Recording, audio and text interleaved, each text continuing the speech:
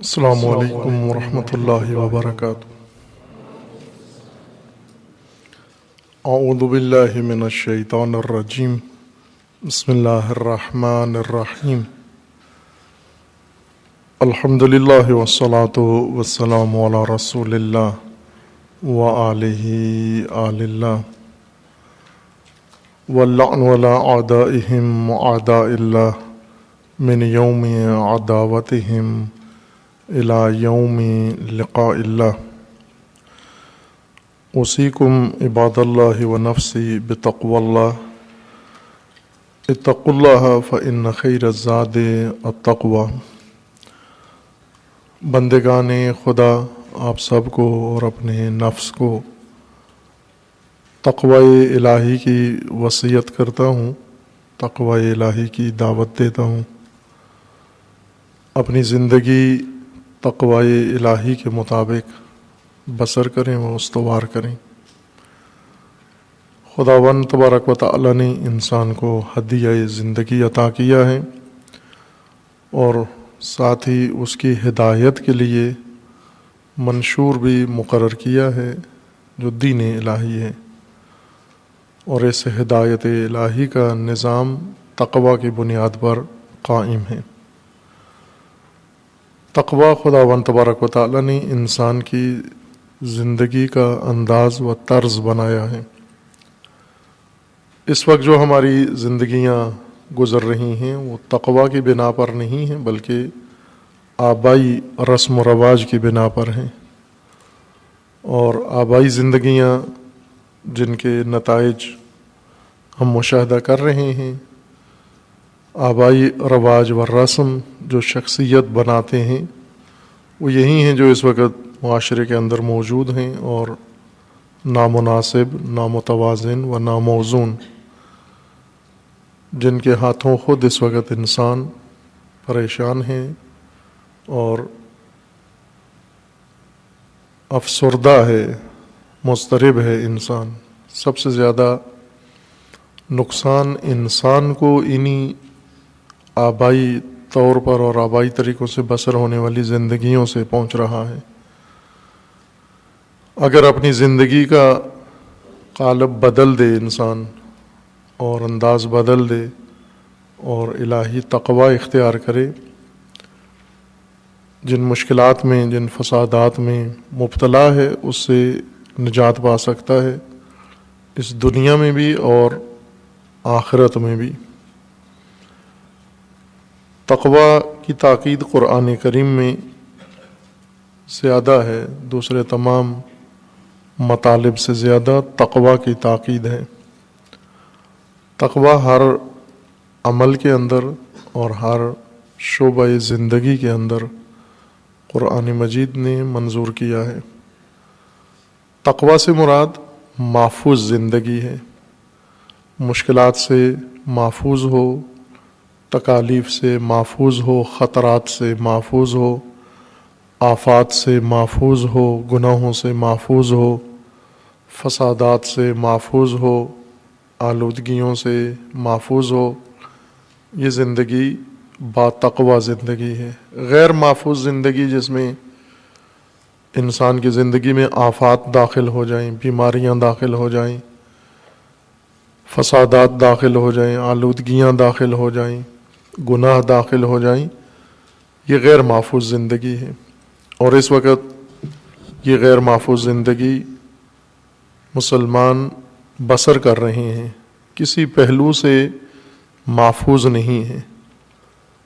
تقوی محفوظ زندگی ہے، اور محفوظ زندگی کا حفاظتی نظام جو اللہ نے بنایا ہے، انسان نے اسے اپنانا ہے۔ چونکہ انسان کی زندگی اللہ کی جانب سے ہے، اسے محفوظ رکھنے کا نظام بھی اللہ کی جانب سے ہے۔ انسان نے اس نظام کو اپنانا ہے، اختیار کرنا ہے، اور اس کے مطابق اپنی زندگی بسر کرنی ہے۔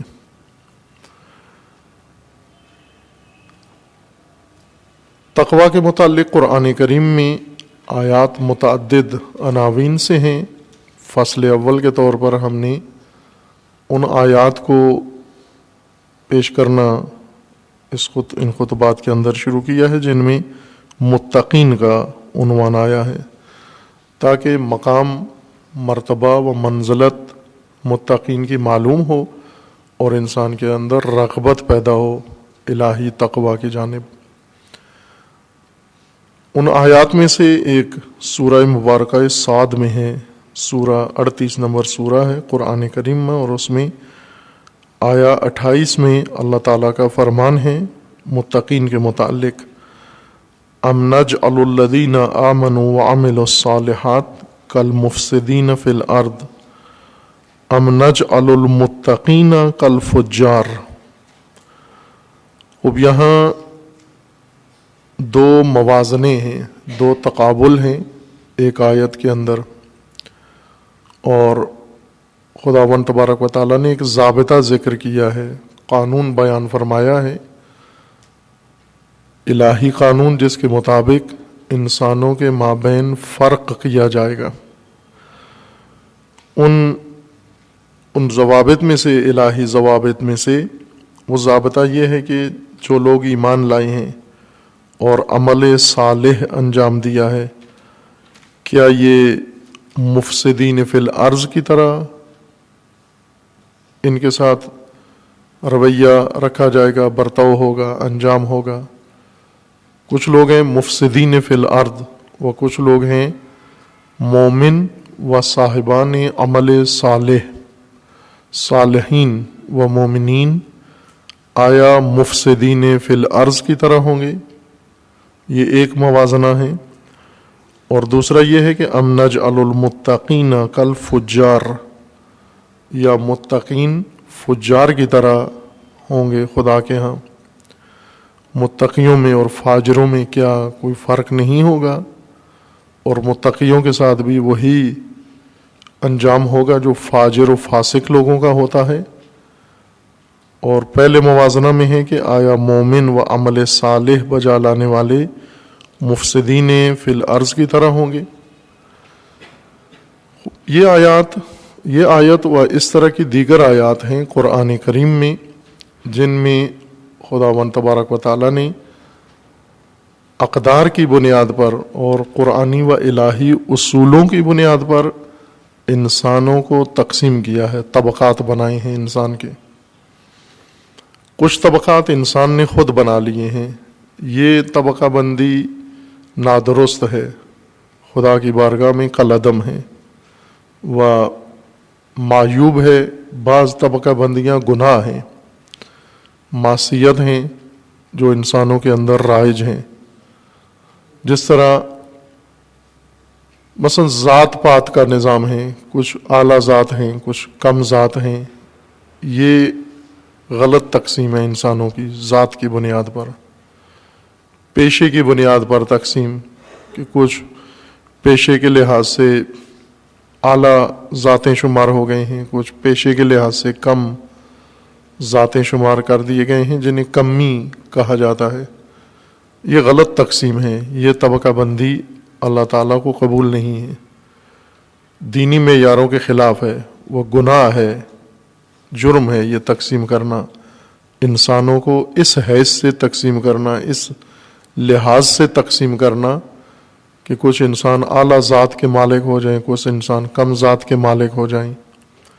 پیدائشی طور پر قومیت کی بنیاد پر تقسیم کرنا، اقوام، اور ان اقوام میں بعضوں کو برتر قوم سمجھنا اور بعضوں کو کہتر قوم سمجھنا، یہ تقسیم غلط ہے۔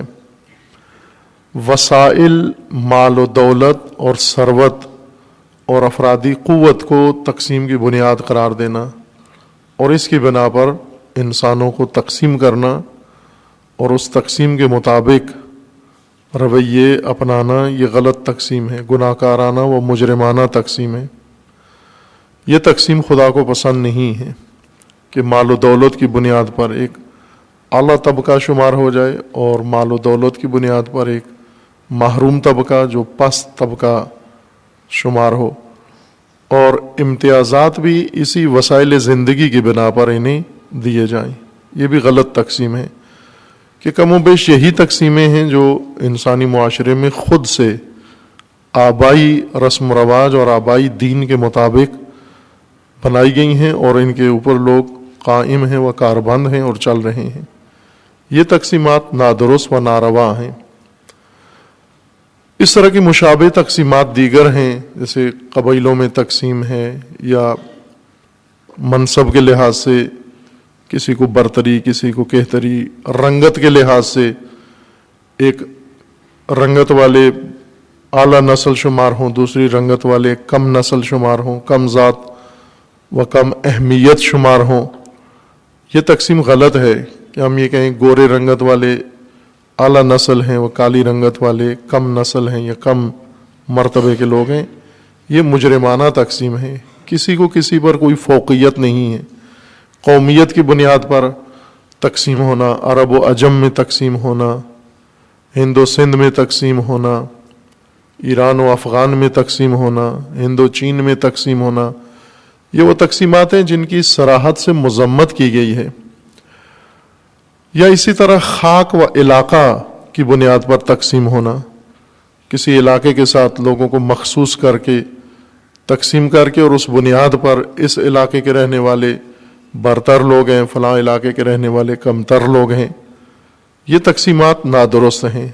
یہ آبائی رسم و رواج و آبائی دین کی ہوئی تقسیمات ہیں جو ظالمانہ ہیں، ستم گرانہ ہیں اور انسانیت کی ہلاکت و تباہی کا باعث ہیں۔ انہی تقسیمات کے نتیجے میں اکثریت انسانوں کی محروم اور ذلت کا شکار ہے، خواری کا شکار ہے، رسوائی کا شکار ہے۔ یہ تقسیمات باطل قرار دی گئی ہیں جو ہم نے اپنائی ہوئی ہیں، جن پر ہمارا ایمان ہے، جن تقسیمات کو ہم مانتے ہیں رسمیت کے ساتھ، یہ خدا کے ہاں یہ سب باطل ہیں، یہ سب قلعدم ہیں، یہ سب جرم ہیں، یہ سب ظلم ہیں۔ لیکن چونکہ ہم نے وراثت میں اپنے آبا سے یہ تقسیمات پائی ہیں، اس لیے ہمارے نزدیک واجب ہیں، لازم ہیں اور ان کو بچاتے ہیں، انہی کی بنیاد پر زندگی بسر کر رہے ہیں۔ ایک سادہ سا مسئلہ جو تقریباً تمام آبادی کے اندر رائج ہے، وہ یہ ہے کہ رشتوں کا لین دین، شادیوں کا لین دین جب آتا ہے تو یہی بنیادیں، یہی تقسیمات مد نظر ہوتی ہیں کہ ہم نے اپنی برادری کے اندر رشتہ کرنا ہے، اپنی برادری میں دینا ہے، برادری سے باہر نہیں جانا ہے، دوسری ذات کے ساتھ ہم نے رشتہ قائم نہیں کرنا ہے۔ یعنی ایمان، عمل صالح، تقوی، سب کچھ ایک طرف رکھ دیتے ہیں، وہ معیار کے اندر شامل نہیں ہوتا۔ اپنی برادری، اپنا علاقہ، اپنا ہم زبان اور رنگت اور دیگر چیزوں کو ہم معیار قرار دیتے ہیں، اور یہی ظالمانہ تقسیم کو جب معیار قرار دیتے ہیں تو ظلم کا آغاز ہوتا ہے، اور نئی زندگی ظلم کے چکی میں ہم پھینک دیتے ہیں اور وہ بیچارے ظلم کا شکار رہتے ہیں۔ اس کے بجائے انہیں خداوند تبارک و تعالیٰ نے، رسول اللہ نے، ائمہ اطہار نے منظور نہیں کیا۔ یہ تقسیمات غلط ہیں۔ جو بھی کر رہا ہے، کسی بھی عنوان سے کر رہا ہے، یہ غلط ہیں۔ ان کی تائید، تصدیق دین کی جانب سے نہیں ہے، اور ظاہر ہے کہ لوگ چونکہ لاپرواہ ہیں، لاابالی ہیں، پرواہ نہیں کرتے، بہت ساری چیزیں دین میں ممنوع ہیں لیکن کرتے ہیں۔ مثلا کھانے کی چیزیں ہیں، ممنوع ہیں، کھاتے ہیں، پینے کی چیزیں ہیں، ممنوع ہے، پی لیتے ہیں، پرواہ نہیں کرتے، لاپرواہ زندگی بسر کر رہے ہیں، لاابالی بن کر زندگیاں بسر کر رہے ہیں۔ جیسے بہت سارے تعلقات ممنوع تعلقات ہیں، غلط تعلقات ہیں، نامناسب و ناجائز تعلقات ہیں، لیکن یہی تعلقات قائم ہیں اور لاپرواہ، لاابالی لوگ ان تعلقات کے مطابق زندگیاں بسر کر رہے ہیں۔ اس کو فسق کہتے ہیں، فجور۔ جو لاپرواہ ہو کر دینی ضابطوں اور دینی قوانین کی نسبت زندگی بسر کرے، یہ فاسق و فاجر ہے دین کی اصطلاح میں، مومن نہیں ہے۔ ظاہر ہے جو دین سے باہر چلا گیا ہے اور دین سے باہر زندگی بسر کر رہا ہے، دینی قوانین اور دینی حدود سے دور ہو کر زندگی بسر کر رہا ہے، اس کی زندگی دین کی طرف سے تائید شدہ نہیں، بلکہ اس کا ٹھکانہ بھی معلوم ہے کہ فاسق کا انجام کیا ہوگا۔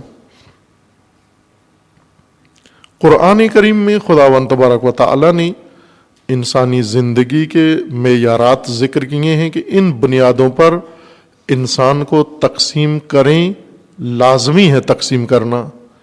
یہ طبقہ بندی درست ہے، واجب ہے اور عادلانہ ہے کہ اگر یہ تقسیم بندی نہ ہو تو ظلم ہو جائے گا. اگر ہم رنگت کی بنیاد پر انسانوں کو تقسیم کریں یہ ظلم ہے. زبان کی بنیاد پر تقسیم کریں، طبقات بنائیں، ظلم ہے. اگر ہم وسائل زندگی، مال و دولت و ثروت و جائیداد و جاگیر کی بنیاد پر انسانوں کو بانٹ دیں، پیتر و کہتر میں تقسیم کریں، یہ ظلم ہے. اس کو ختم کیا گیا. یہ ظالمانہ تقسیم ہے، اس لحاظ سے انسانوں میں کوئی فرق نہیں ہے. حتیٰ عورت اور مرد میں انسانیت کے لحاظ سے کوئی فرق نہیں ہے، دونوں برابر کے انسان ہیں، ایک جیسے انسان ہیں. مرتبے کے لحاظ سے، انسانیت کے لحاظ سے دونوں مساوی ہیں. اس پہلو سے بھی ان میں کوئی فرق نہیں ہے. اگرچہ ان کے احکام میں، شرعی احکام میں فرق ہے، لیکن انسانی لحاظ سے ان کے اندر، مسلمان ہونے کے لحاظ سے، مومن ہونے کے لحاظ سے ان میں کوئی فرق نہیں ہے. اسی مرتبے میں مومن عورت بھی ہو سکتی ہے جس میں مرد ہے. دین نے کچھ تقسیمات الگ سے خود سے بیان کی ہیں کہ ان بنیادوں پر انسانوں کو حتماً تقسیم کریں. ایک ہے مومن اور اس کے مقابلے میں فاسق. یہ تقسیم حتماً ہو. یہ دو طبقے معاشرے کے اندر موجود ہیں. صرف دو نہیں، پھر آگے فاسق کی کئی قسمیں ہیں. فاسق کافر بھی ہے، مشرک بھی ہے، منافق بھی ہے، مرتد بھی ہے. یہ سب فاسق کے زمرے میں ہے. فاسق کا مطلب جو دائرہ دین سے باہر چلا گیا ہے، منشور خدا سے باہر زندگی بسر کر رہا ہے، باہر رہ کر کافر ہو گیا ہے، مشرک ہو گیا ہے، منافق ہو گیا ہے، فاسق و فاجر ہے. کوئی بھی شکل اپنا سکتا ہے لیکن دین سے باہر ہے یہ انسان. پس ایک تقسیم اللہ نے یہ کی ہے طبقاتی، مومن اور فاسق. افمن کان مومنا کمن کان فاسقا، کیا مومن فاسق کی طرح ہے؟ ہرگز نہیں. لا یستوون، برابر نہیں ہیں. مومن و فاسق ایک جیسے نہیں ہیں خدا کے نزدیک، لیکن آبائی دین میں ایک جیسے ہیں دونوں. جو تقسیم، جو طبقہ بندی اللہ نے کی ہے وہ آبائی دین کے پیروکاروں کو قبول نہیں ہے. مومن و فاسق میں فرق نہیں کرتے، ایک جیسا سمجھتے ہیں. وہ بعض اوقات فاسق کو مومن پر ترجیح دیتے ہیں، برتری دیتے ہیں، اس کی برتری کے قائل ہیں، فاسقوں کی برتری کے قائل ہوتے ہیں. مثلا ابھی آپ دیکھ لیں پاکستان میں اس وقت یہ مسئلہ مبتلا ہے، ہمیشہ ہے، اس وقت زیادہ نمایاں ہے. انتخابات کا موقع ہے اور انتخابات میں جو ابھی اخباروں میں بھی آ رہا ہے کہ اکثر جو منتخب ہو چکے ہیں جن اضلاع میں انتخابات ہوئے ہیں، یہ اخباری بیان ہے، میرا نہیں ہے، میں نے سروے نہیں کیا، نہ ہی ان افراد کو جانتا ہوں جو منتخب ہوئے ہیں، جو ہار گئے ہیں. اخبار میں جو آیا ہے باقاعدہ طور پر پاکستان کے اخباروں میں جن اضلاع میں انتخابات ہوئے ہیں کہ اکثر منتخب ہونے والے جرائم پیشہ لوگ ہیں. بعضوں کے نام آئے ہیں کہ یہ تو ڈکیت ہیں، ان کے اوپر ایف آئی آر ہے، چور ہیں، چوریاں ثابت ہیں، اور بعض جیلوں میں ہیں اس وقت، سزا یافتہ ہیں، سزا بھگت رہے ہیں، اور بعض سزا بھگت چکے ہیں. ان کے اوپر کیس ہیں اور یہ مومنین کے ووٹوں سے منتخب ہوئے ہیں، کونسلر منتخب ہوئے ہیں، چیئرمین بنے ہیں، وائس چیئرمین بنے ہیں. خوب بس معلوم ہوا کہ ترجیح دی ہے مومنوں نے فاسقوں کو. فاسق برتر نکلا ان کے نزدیک، ان کی منطق اور ان کی سیاست میں. سیاسی نظام ہمارا ایسا ہے جس میں فاسق افضل ہے مومن سے، فاجر افضل ہے مومن سے. آپ پورے ملک میں تو نہیں کر سکتا، کوئی بھی نہیں کر سکتا، لیکن اپنے علاقے میں تو انسان کر سکتا ہے یہ سروے کہ یہ افراد جو ترجیح دی گئی ہے، جنہیں سب نے مل کے مومنین نے ووٹیں دی ہیں، خوب آیا یہ کون سے ہیں؟ واقعاً یہ مومنین ہیں، ان میں کوئی ایمان تھا، اس قابل تھے کہ مومنین ان کو انتخاب کریں. خوب اکثریت آپ کو نظر آئیں گے کہ فاسق اور فاجر، دین خدا سے خارج، باہر، لیکن مومنین کی ترجیح پر ہیں.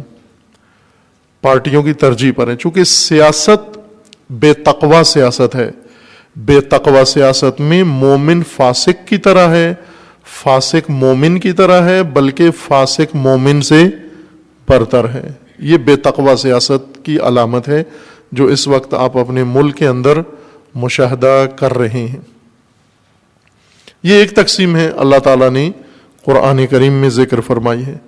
ایک تقسیم یہ ہے خداوند تبارک و تعالیٰ نے بیان فرمائی کہ افمن کان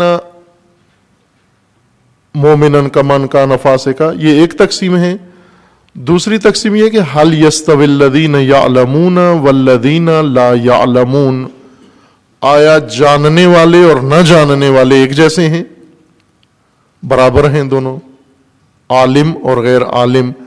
عالم سے مراد مدرسے کا فارغ التحصیل نہیں ہے یا جو عالمانہ حلیہ اپنا لے. کتنے ایسے جاہل ہیں جنہوں نے علماء کا لباس پہن لیا ہے، وہ نہیں ہے مراد.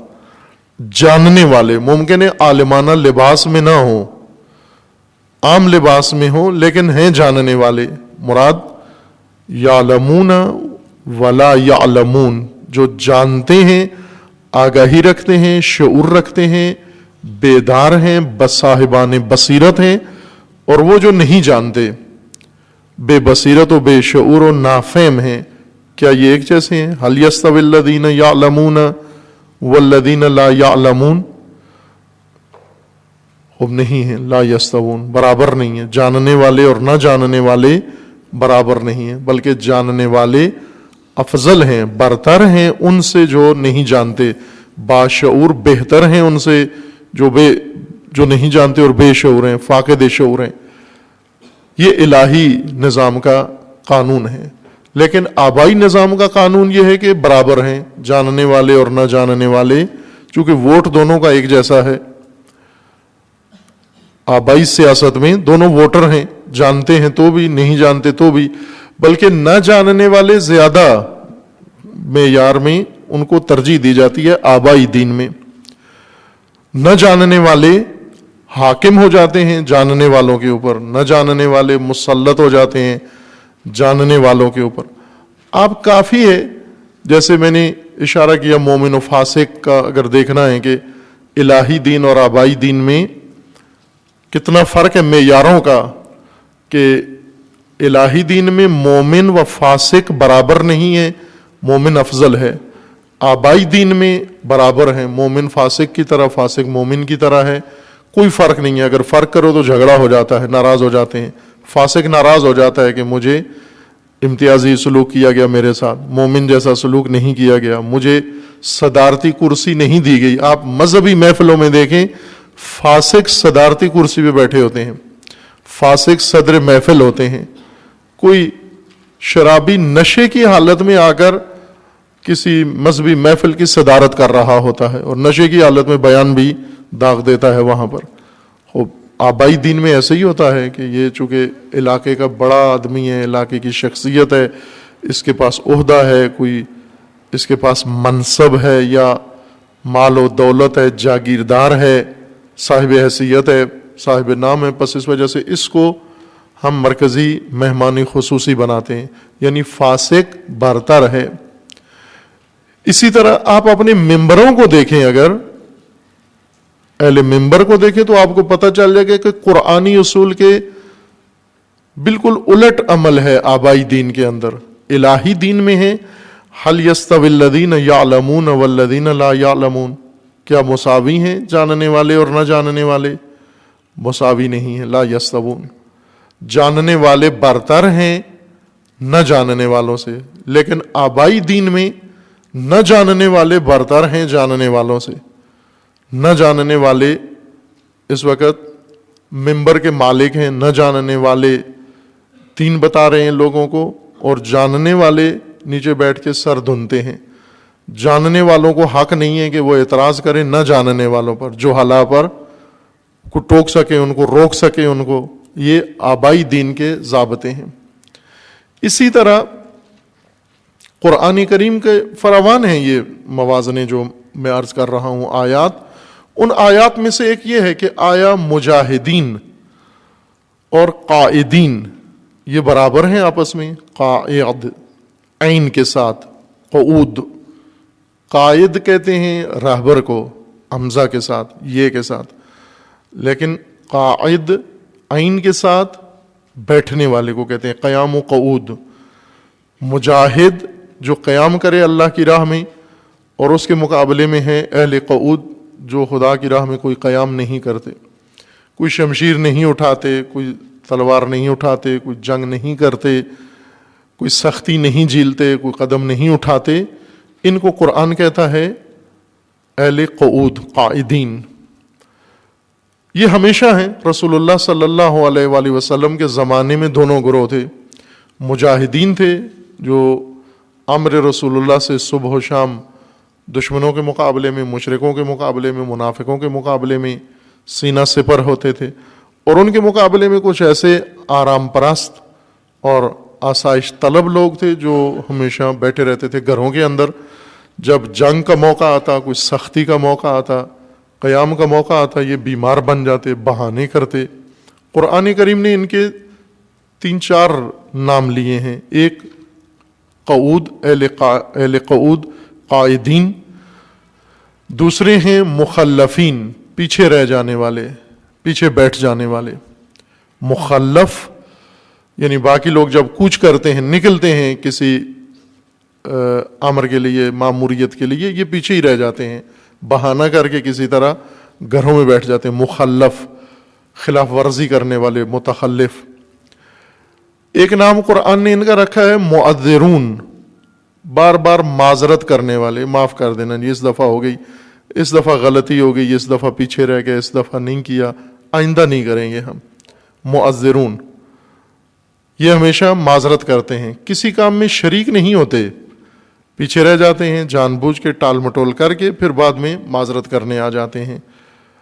اس طرح کے ان کے کئی نام قرآن کریم نے رکھے ہیں. اور ایک نام ان کا ہے منافق، چونکہ جب وقت ضرورت پڑتی ہے تو یہ شامل نہیں ہوتے، بعد میں مومن بن کر قسمیں کھانا شروع کر دیتے ہیں کہ ہم آپ کے ساتھ ہیں، آئندہ ہمیں ضرور اطلاع کرنا، اس دفعہ اطلاع نہیں ہوئی تھی ہمیں، اس دفعہ مجبوری تھی، اس دفعہ کوئی شادی تھی، فوتگی تھی، فلاں تھا، بہانہ بیماری کا کر کے کسی طرح ٹال جاتے ہیں، ٹرخا جاتے ہیں.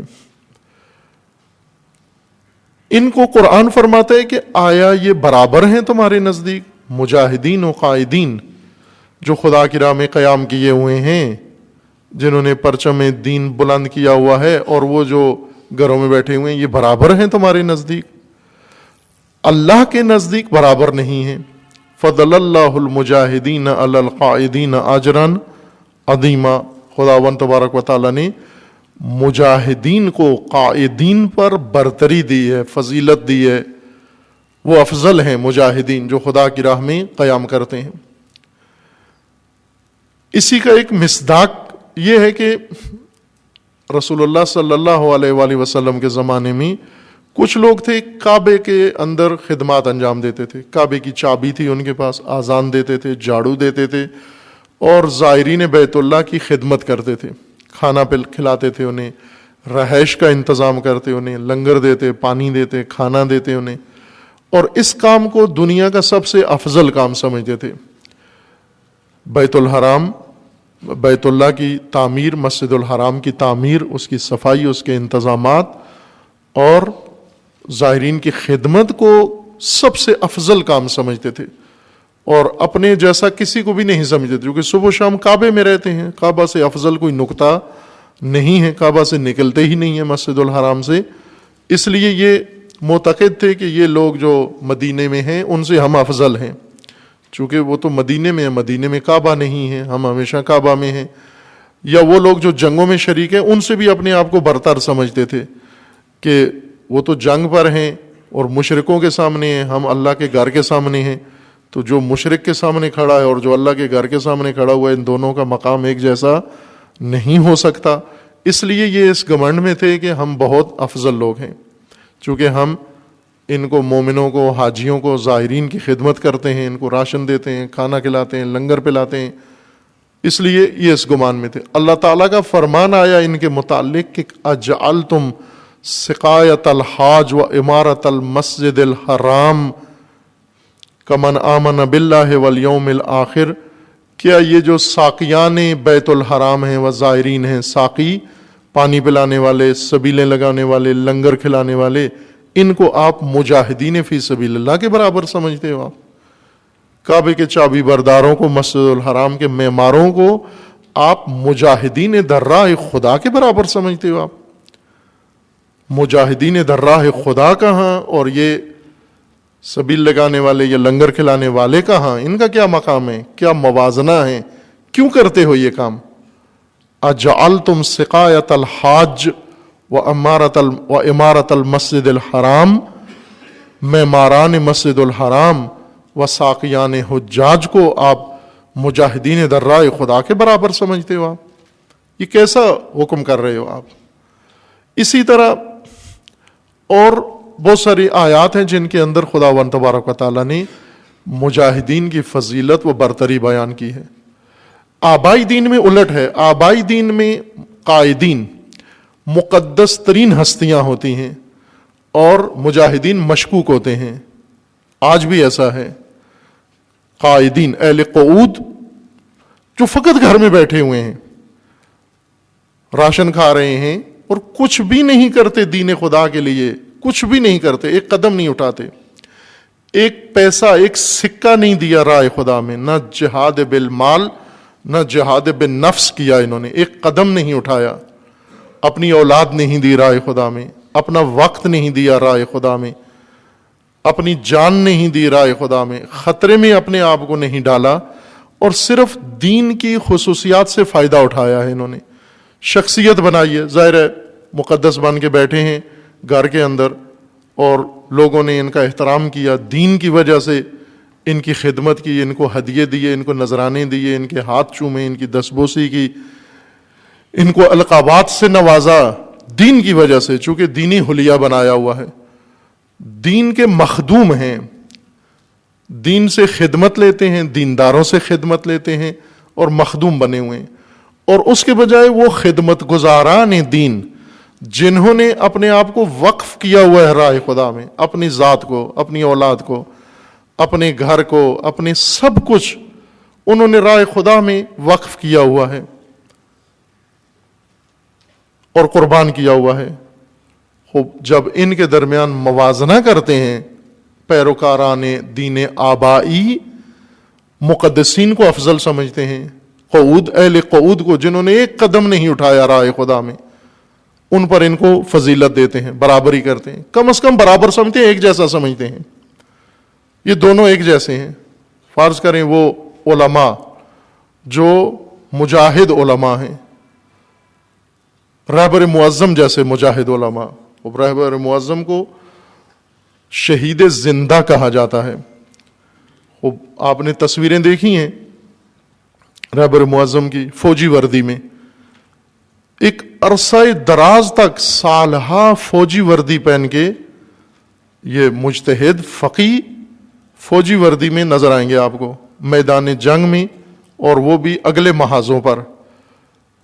اس وقت ایک ایران کے اندر فورس ہے بسیج کے نام سے، اس کے بانیوں میں رہبر معظم ہیں اور خود بسیجی بن کر میدان جنگ میں گئے۔ امام جمعہ بھی تھے، امام خمینی رضوان اللہ تعالیٰ علیہ کی جانب سے تہران کے امام جمعہ بھی تھے، محاذ جنگ سے جمعے کے دن آتے اور آ کر جمعہ پڑھا کر پھر واپس جمعے کے دن ہی واپس میدان جنگ میں چلے جاتے۔ ایک دفعہ وقت کم تھا ان کے پاس، میدان جنگ سے فوجی وردی میں تھے، محاذ پر جمعے کا وقت آیا، پہلے شاید جمعرات کو آ جاتے تھے اور جمعے کو نماز قائم کرتے تھے، لباس بدلنے کا وقت ہوتا تھا، فرصت ہوتی تھی، لیکن اس دن جمعے کے دن ہی غالباً پہنچے محاذ جنگ سے۔ محاذ جنگ تہران سے دور ہے، بہت دور ہے، شاید تقریباً 1000 کلومیٹر سے زیادہ دور ہے، 1400-1500 کلومیٹر دور ہے۔ 1400-1500 کلومیٹر کا سفر طے کر کے امام جمعہ محاذ جنگ چھوڑ کے آیا ہے، لباس بدلنے کا وقت نہیں ملا کہ فوجی وردی اتار کے ابا قبا پہن کے امامہ پہن کے جمعہ پڑھائیں، چونکہ وقت کم تھا، جمعے کا وقت جا رہا تھا، گاڑی سے اترے اور اسی فوجی وردی میں جا کر جمعہ پڑھایا، خطبہ بھی دیا، جماعت بھی کروائی، اور اس پر مقدسین بول پڑے کہ یہ جمعہ باطل ہے۔ کیوں باطل ہے؟ کہ ابا کبا نہیں تھی، فوجی وردی میں جمعہ پڑھایا گیا ہے۔ اس پر امام خمینی نے بہت خوبصورت بیان دیا۔ امام خمینی نے فرمایا کہ خوب یہ ہے الٹ دین اور الٹ مغز اور الٹ کھوپڑی، کہ اصل تو جو لباس امیر المومنین ہے وہ لباس جنگ ہے۔ زرہ میں امیر المومنین نے کتنے جمعے زرہ پہن کر پڑھائے، کتنی جماعتیں، کتنی نماز جماعت زرہ پہن کر جنگ کی حالت میں کروائی۔ سید الشہداء نے زرہ و لباس جنگ پہن کر نماز پڑھائی۔